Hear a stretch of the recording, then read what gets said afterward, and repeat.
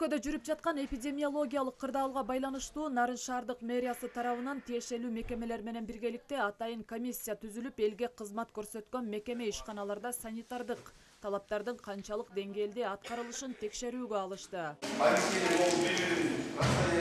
Буга чейин эскертүүлөр берилип, текшерүүлөр болуп жаткандыгына карабастан көпчүлүк мекемелерде калкты тейлөөчү жайларда жогорудагы илдеттен коргонуу үчүн өздүк гигиеналык эрежелер толугу менен сакталбагандыгына күбө болдук.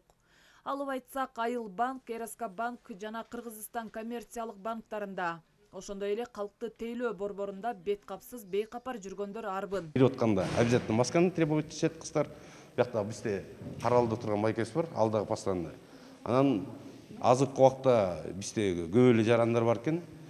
Мушташып согушуп кеткенге чейин башат. Именно ушул маска үчүн да.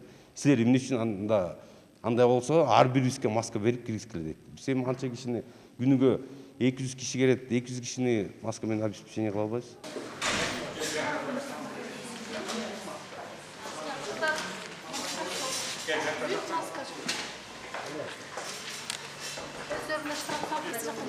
Жакшы эле алдым эле, соттон пошталар тегишек болуп элечи. Айылдан келдиңиз. 75 сом эле төгөм да. Жок, 75-терден тоскон жокпу. Без маски эмнеге кире атасың деп. Жок, байкатпай эле өтүп кетип окшойт мен деле. Байке алак саткан делечи. Кетпей. Маскадан ооруп жатасыз? Эмне себептен?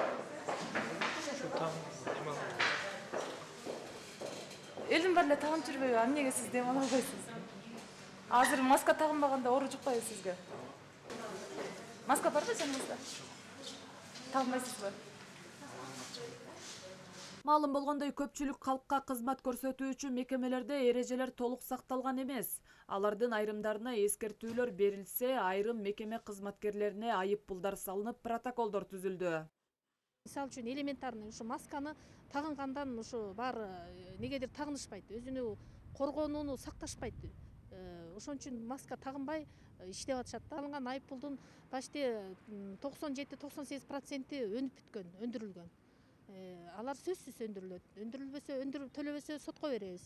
Анда сот аткаруучулар өндүрүшөт да. Мекемеде иштегендер, мекеме жетекчилери өзүлөрүнөн баштасанан карапайым эл калктагы бул бияк тагынып атыптыр, мекемелер тагынып атыптыр, биз да тагынышыбыз керек деп.